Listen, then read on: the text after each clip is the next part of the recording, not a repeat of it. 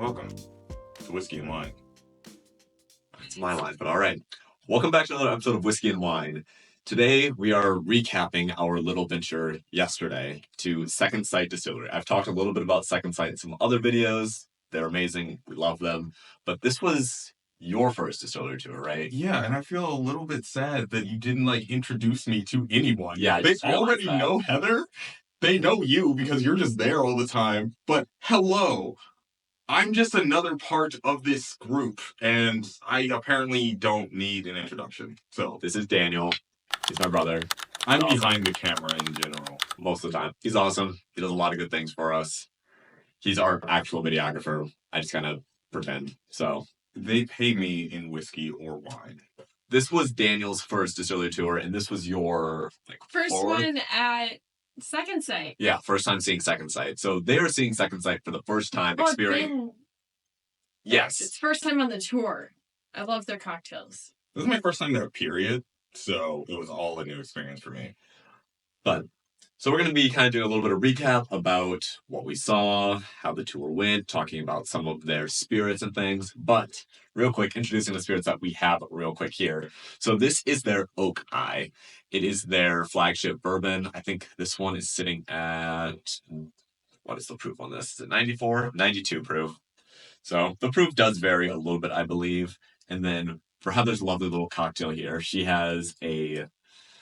Their honey moonshine. It's from local bees. So we have that mixed with a red grapefruit juice, lemon, and champagne. Basically a French 75 with a little bit of grapefruit added, which technically is a cocktail that we kind of riffed off from New Riff. And then he's got coffee because he's got to drive. Something that I think is really cool too about the Oak Eye label is they include all of the percentages of everything they put in it. And it's all handwritten by Rick, one of the founders. Real quick, high level, how did you guys enjoy the tour for being a first tour and a first Second Sight tour? Okay, so since I've never been on a tour before, I didn't really know exactly what to expect. This was really cool because they started with the history and everything, how they actually came to be and figured out their name, figured out how they were going to do stuff. And I was honestly extremely blown away at how many times they failed in getting going, and understanding all of that was super cool, and getting to watch how they actually started was so much fun. And then coming to the end of it where we got to see the fruits of their labor, trying the different whiskeys and different spirits that they make. It was fantastic. 10 out of 10 would recommend. How about you, Heather? So I think I've already met Karis before this, and he's somebody who's very personable, and it's like every time anybody enters or leaves their establishment, I feel like he's greeting them and welcoming them back, and it's really, he himself is just a very charismatic person. So seeing him on the tour, I thought it just made a lot of sense.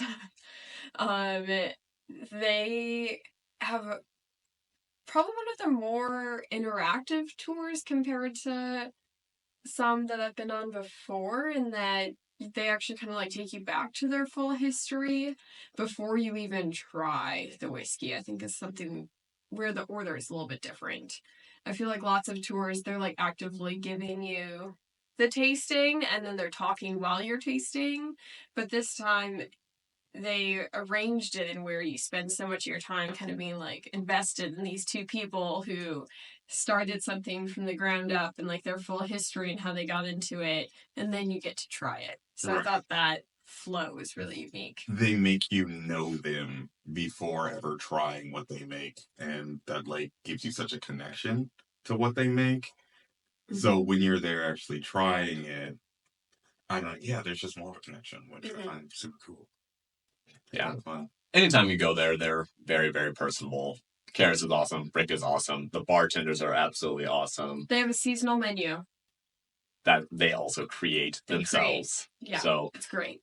The cocktails are always amazing. And they also have a lot of coffee, and they give you some cocktails or some of their spirits that you can add into the coffee, which is really good. That's what you two actually both grabbed this time. There's nothing like the combination of caffeine and alcohol. It's a lot of fun. Yeah. So let's kind of get into the tour, kind of what we saw. We'll kind of chat about that a little bit, and as well as talking about some of their spirits and the spirits that we liked the most and what we recommend you try if you go there. What is it? It's apple pie, spices, apple juice. It doesn't taste nice. Yeah, shut up. Sniff. Sniff. Yeah.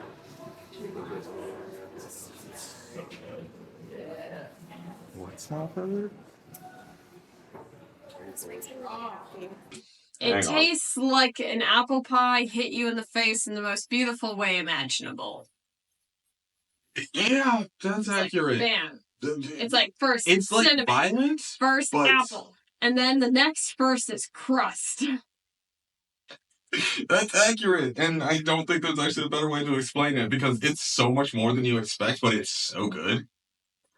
And yeah, I Heather's face in this video actually completely explains it. It's just I was like, just very shocked. this is amazing. Like I think it's. I was like, oh, we'll have the idea of apple now. Like No, it's not the it is idea. apple. It is. It just is. This is actually the first legal bourbon in our county since Prohibition. Made our job ourselves. We called ours Oak Eye because we say the eye of our oak knows the future of your bourbon. And then we always try to be as transparent as we can too. So we put our whole mash bill of everything we do on the side every single bottle. You got it. You nailed it. You were the best whiskey taster on it. Sorry, I'm the personality. That's good. Let's go. That's so classic. Yeah, So yours that's just nice. 2.1 years. So you guys would taste it before you decide to bottle? Yeah. And we're still maybe dropping the make, so it makes it a little easier. You're like, that was probably the time. By the time I'm Yeah, like, I don't know, this time. What you just saw was talking about the Oak Eye and how Heather had mentioned they actually have the full mash bill on it, which is really cool. So We're not repeating. Calm down. 72% corn, 16% wheat, 5% rye, 7% malt barley. The barrel size is a 15-gallon, is a char level 3, and the entry proof is 115. So all that information is right here on each bottle, which is really nifty. So we had a couple of questions. Yes. Can you decipher said information? Because I can clearly see that the information is there. But what does that really mean? Which part? All of it. Okay. So the first thing that a lot of people question is the char level. So char level 3, all that is when they first char the barrel, they're charring it for about 35 seconds with that fire on the inside of the barrel. So it's just coming in, 35 seconds of exposure, take it out, drench it, keep going. And it's only the one char. If you re-char something, you can Gotcha. Now, as far as all the other information on here, so all of those numbers are the percentages. So again, this is a 72% corn mash bill, so you're going to get that really sweet corn flavor. 16% wheat, so again, sweeter flavor with that 5% rye, so you can have a little bit of that spice. And then 7% malted barley. Most time, malted barley is just there to add the sugars for the yeast to eat so that it can break it down better and you can get a better whiskey. And then obviously just talked about the char level. The barrel size, most barrels are going to be these 50-gallon barrels. The 15 just makes so they don't have to technically age as long to get as much color. So a lot of the smaller distilleries use smaller size barrels. Surface area. Turns out math ends up being applicable to real life. Who would have thought? Who knew? And then the entry proof, 115, that's what it goes into the barrel at. And obviously when this came out, it's coming out at 92 proof. So there you go. So real quick, what Heather's excited about, the Black Belly rum. So this is a Navy strength rum that they have. It's spicy. Why is it spicy? Yeah. I actually don't think because it's a high proof. And what are we at? 114? Yeah, 114 is It just technically has Navy strength. amazing flavor. It does. Its They flavor. use black tea to make it, like to infuse in the flavor. So it honestly tastes like. Oh wait, I thought you said you didn't like a little bit of it because there's a little bit of spearminty flavor in I don't there. do spearmint though. So it's very subtle, but there's a spearmint note on the back end of it. But it tastes like it's a tea. And as far as the high proof, is it naval strength or navy strength? Either Navy strength. Most people say Navy strength. All Or- Navy strength means is what they used to do back in Yes, time of gunpowder. To be Navy strength, they would basically take their gunpowder and they would put some of the alcohol on it and they'd see if they can still light it. If you can still light the gunpowder, it's considered Navy strength. This was done so that if you were in a ship and some of your booze spilled and got on the gunpowder, you would still be able to actually shoot your cannons and shoot your guns, even if this happened. But as far as being that high of a proof, it is so smooth for it. Yes, it's spicy, but still so smooth for being 114 proof, and I love it. It is one of my favorite things now. If you're a rum drinker, this is going to be a very good rum for you. As far as the tour itself, was there anything interesting that stood out to you guys on the tour that you found interesting? I mean, their still by far has to be one of the most unique stills I've ever seen. Yes. I think a lot of the time when I first went on whiskey tours, I'm like, oh, look, it's a bunch of copper that does boiling. Wow. But like this one, there still actually looks amazing. And he could tell you the full backstory of every single part of the whole still. And that was the first time I felt like somebody was like, I don't know, had this strong connection with the still they made. It wasn't just one that they ordered from like some place that like had a great name. Like they really made this still themselves. Right. As I said before about like the struggles and failures that they went through, just hearing what it took to actually get that still, get it in place, get it up and running, and then even failures when it was up and running. So yeah, that connection that you feel to them, that they feel to their life's work is just like one of the coolest things to listen to as they go through the whole story of their history. So being someone who basically has completed the entire Bourbon Trail less than a year, seeing all of these different distilleries, going on numerous different tours just because I wanted to see what each of these different tours really had to offer so I could tell you guys about them. Second Sight is one of the most personable, and it's not, oh, hey, this was some old person and we're claiming heritage back to this guy who did stuff. It's literally Karis and Rick being like, hey, we decided to start a distillery.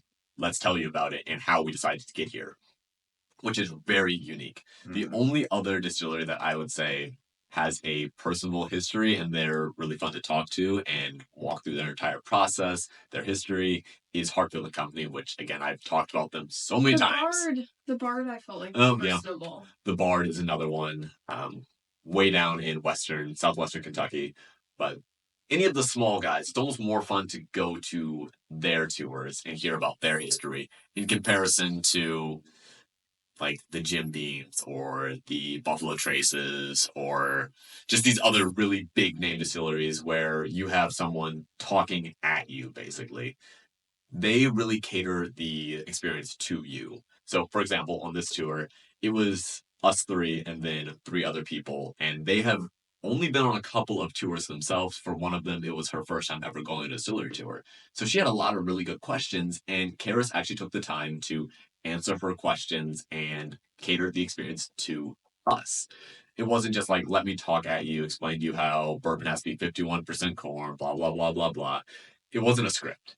There's no script really for what he's saying. He is just telling you his story, which I think is awesome and one of the best reasons you should go visit them there. So yeah, this whole thing with them being like super personable and everything, as you said, that was not scripted because they like actually were making sure you understand, like not just answering the question, because you could answer a question without making sure someone actually understands, but stopping and making sure that we all understood what was going on, what he was saying, that we were all like on the same page. And usually when somebody says something like, that all these smaller distilleries are a whole lot more fun to listen to. I'd be like, okay, how many distillery tours have you actually been on? But you've actually been on enough. Yep, I have completed the Northern, Bluegrass, and Western Trail, and I only need about 3 more to complete the Central Trail. So, yeah.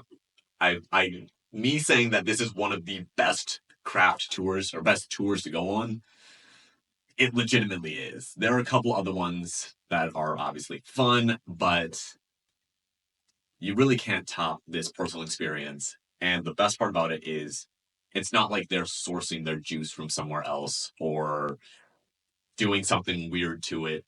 This whiskey is really good. I legitimately love this bottle. I had a bottle of it last year when I went and visited them. It's gone. So we bought the bigger bottle this time. We'll see how long it lasts. I got a bigger one. You're going to read the label? I was going to. Okay. See before you the fulfilled prophet of the yokai. The whole thing was seen in like the future. They're actually looking for fortune requests. If you have thoughts. Nice segue there, Heather.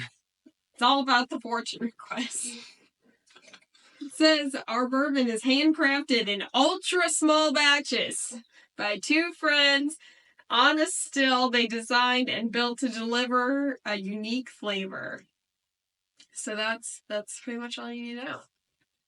Heather, I need you to like read every label ever made and have that recorded because that was just perfect. You're welcome. But yeah, this flavor I would describe as a nice rounded caramel with a little bit of like a cherry cola flavor in there, dusty, a little bit of nutty flavor. It's really good. I'm a huge fan of it.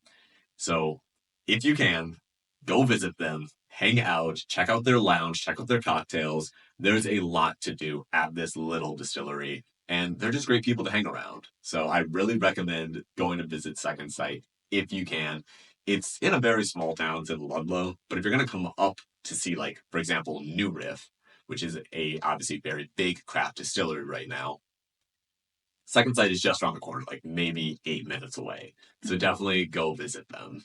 They built this space from the ground up. So all of the bar, the back bar, the amenities that they have in there, all of these things, Karis and Rick were just pouring their own money into. They were working to create this really unique space.